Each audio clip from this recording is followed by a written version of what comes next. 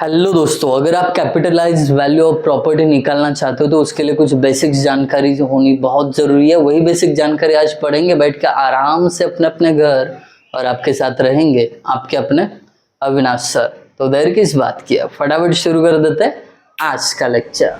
दोस्तों, मुझे पता है बार बार आपके कमेंट्स इसी चीज़ पे आ रहे हैं कि सर हमें न्यूमेरिकल्स चाहिए चैप्टर नंबर 6 के। बट दोस्तों, न्यूमेरिकल अगर अच्छी तरीके से समझने हैं ना, उसके लिए ये बेसिक चीज़ें आपको समझना बहुत ज़रूरी है। ज़्यादा समय नहीं जाएगा, विद इन 5 to 10 मिनट्स ये सारे कॉन्सेप्ट मैं आपको अच्छी तरीके से अंडरस्टैंड करवाऊंगा, तो हो जाएगा। 10 मिनट का चैलेंज है। चलिए, तब तक अगर आपने अभी तक चैनल को सब्सक्राइब नहीं किया है तो ये अच्छा मौका, इससे भला और अच्छा मौका कहाँ मिलेगा? फ्री ऑफ कॉस्ट सब्सक्राइब कर सकते हो, अपने दोस्तों के साथ भी शेयर कर सकते हो। ये दोनों चीज़ें करोगे, इसी भरोसे के साथ शुरू करते हैं। Gross income. सबसे पहले कोई भी प्रॉपर्टी हो आपकी तो उससे आपको कुछ इनकम मिलता है, तो वो इनकम अगर ग्रॉस है तो वो कैसा पहचाना जाएगा? देखिए, gross income it is the total income including all receiveds from various sources. तो इसका मतलब क्या हुआ कि दोस्तों, आपके प्रॉपर्टी के बारे में या आपके प्रॉपर्टी के ऊपर चाहे कुछ भी पैसा आपके पास जमा हो रहा हो, उसमें वेरियस सोर्सेस की मैंने बात की है। कोई भी सोर्स हो सकता है। अगर आपने आपका प्रॉपर्टी रेंट पे दिया है तो रेंट का पैसा आता होगा। टेरेस फ्लैट पे कोई फंक्शंस अटेंड करने के लिए आपने जगह बनाई हो, कोई हॉल बनाया हो, उससे पैसा आ रहा है। तो ये सारा पैसा आपकी तरफ क्या हो रहा है? जमा हो रहा है। तो ये जितना भी पैसा जमा हो रहा है that is your gross income. That's it. रफा दफा करते इसको, आगे बढ़ते हैं आउटगोइंग्स पे। ठीक है, अब आउटगोइंग्स का बाय वर्ड आपको मीनिंग पता चल रहा है। आउटगोइंग मतलब जो पैसा खर्चा हो रहा है, तो वही है this are the expenses to maintain. But ये पैसा कहाँ पे खर्चा हो रहा है? To maintain the revenue from building. मतलब बिल्डिंग से रेवेन्यू हमें मिलता रहे, इसके लिए हमें क्या करना पड़ता है? वो बिल्डिंग को मेंटेन करना पड़ता है। जैसे कि ईयरली आप अगर पेंट नहीं करोगे बिल्डिंग पे तो उसमें क्या होंगे? क्रैक्स आएंगे, और क्रैक्स आने के बाद कोई भी टेनेंट नहीं चाहेगा कि ऐसे बिल्डिंग में और है। बराबर है? तो एस्थेटिकली अगर आपको बिल्डिंग मेंटेन करना है तो पेंट करना ही पड़ेगा रेगुलरली। बिल्डिंग वॉश होना बहुत ज़रूरी है ताकि वहाँ पे हेल्दी एटमॉस्फेयर या हाइजीन मेंटेन किया जा सके। ओके, अब इसके एक परसेंटेज की बात करता हूँ। आपको अगर आइडिया नहीं है कि आउटगोइंग एक बिल्डिंग के लिए कितना होता है, तो रफ वैल्यू बता देता हूँ। 30% ऑफ ग्रॉस इनकम जो आउटगोइंग होता है, समझो आपका 100 रुपीज का ग्रॉस इनकम है, तो आउटगोइंग रफ कितना माना जाता है? 30 रुपया आपका खर्चा होगा, 70 रुपीज का आपका फायदा है, नेट फायदा। ठीक है, ये दूसरा कॉन्सेप्ट हुआ। अब बात करते हैं नेट इनकम की। नेट इनकम का मतलब होता है this is the amount left. ये हमारे पास बचा हुआ वो पैसा है जब after deducting all outgoings operation and collection charges from the gross income. मोटा मोटा कहूँ तो ऐसा है कि net income is equal to gross income minus outgoing. आने वाला पैसा माइनस जाने वाला पैसा, जो बचेगा वो अपना नेट इनकम है। अब ये हुआ नेट इनकम के बारे में बताया हुआ जानकारी। अब शायद आप लोगों के दिमाग में ये सवाल पैदा हो रहा हो कि आउटगोइंग्स के बाद फिर आपने ऑपरेशन एंड कलेक्शन चार्जेस ऐसा भी कुछ कहाँ है? तो इसके बारे में थोड़ा सा आपको बताता हूँ। आपकी बिल्डिंग है तो उसमें लिफ्ट होगी, लिफ्ट है तो लोग आते जाते होंगे, तो लिफ्ट को ऑपरेट करना पड़ता है, तो वो ऑपरेशन चार्ज भी देना पड़ता है ना। That would be your outgoing. बरोबर समझ रहे हो?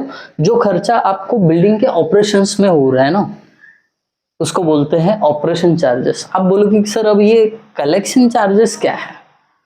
ठीक है, ऑपरेशन में और एक चीज बताता हूँ।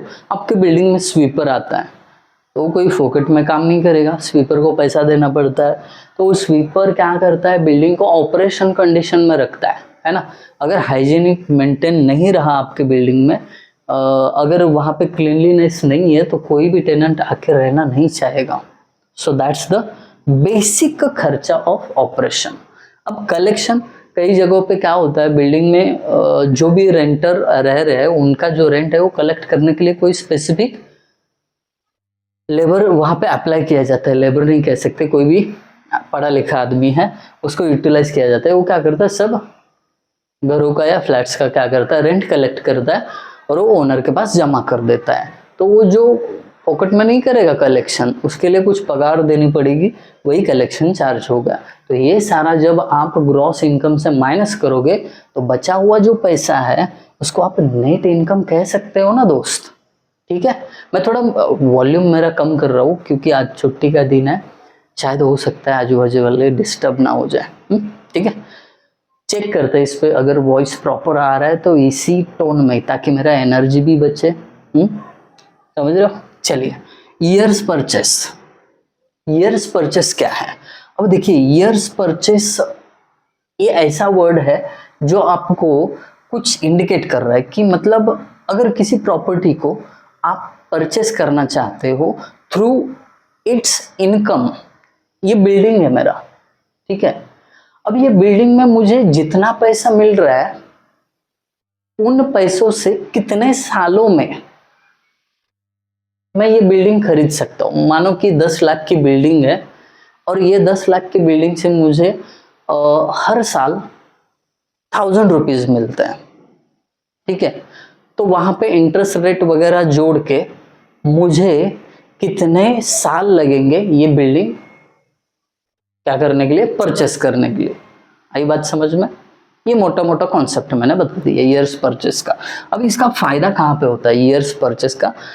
एट द एंड बच्चे तो याद रखते हैं इसी फॉर्मूले को, years purchase is equal to 100 divided by interest rate, नहीं तो सिंकिंग फंड दिया हो तो year purchase is equal to 1 upon I, interest rate on original cost plus SI मतलब सिंकिंग फंड कोएफिशिएंट। वो कैसे कैलकुलेट करते हैं ये भी पता है आपको।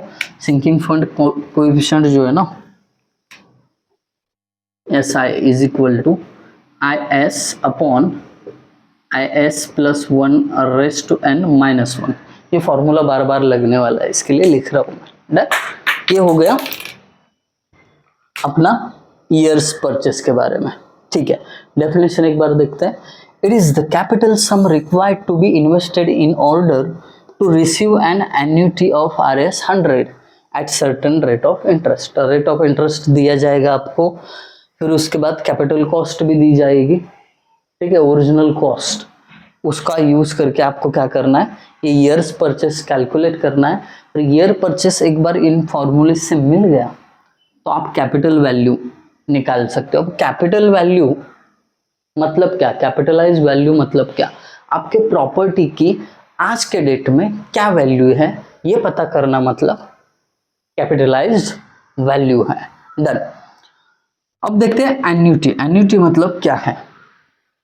अब एन्युटी मतलब होता है it is the annual periodic payment, हर साल किया जाने वाला एक specific payment for repayment of the capital amount invested by party. किसी पार्टी ने 10 लाख रुपए का क्या किया है, अमाउंट इन्वेस्ट किया है प्रॉपर्टी में, तो वो 10 लाख को पूरा करने के लिए हर साल कुछ अमाउंट उसको दे दी जाती है, उसी को हम एन्युटी बोलते हैं। So that's it about annuity. अब शॉर्ट में थोड़ा सा types of outgoing and their tax percentage, इस पे ध्यान देते हैं। मतलब जो पैसा आ रहा है उसमें से आउटगोइंग माइनस करना पड़ता है ना, और उसके परसेंटेज क्या होते हैं ये देखते हैं। पहले टैक्सेस आपको आउटगोइंग में भरने पड़ते हैं। ये प्रॉपर्टी टैक्स हो सकता है, वेल्थ टैक्स हो सकता है, म्युनिसिपल का टैक्स हो सकता है। दूसरा, रिपेयर्स पे भी आपको खर्चा करना पड़ता है, वो 1 से 1.5% ओरिजिनल कॉस्ट के होता है। मैनेजमेंट एंड कलेक्शन चार्जेस अभी मैंने बताया, स्वीपर्स का, बिल्डिंग ऑपरेटर का, लिफ्ट में एक वॉचमैन रखना पड़ता है, बाहर एक वॉचमैन रखना पड़ता है, उसके चार्जेस। और सिंकिंग फंड, सिंकिंग फंड मतलब आफ्टर यूटिलिटी पीरियड आपके पास उतना पैसा होना चाहिए ताकि वो बिल्डिंग आप रिकंस्ट्रक्ट कर सके। इसके लिए जो स्पेसिफिक अमाउंट बाजू में रखते हैं ना, उसको सिंकिंग फंड बोलते हैं। So that's all basic concept before the starting numericals. I hope आप सभी को ये बेसिक चीजें समझ में आ गई होंगी। अगर समझ में आई हो तो कमेंट जरूर करना। Thank you guys for watching video. Thank you so much.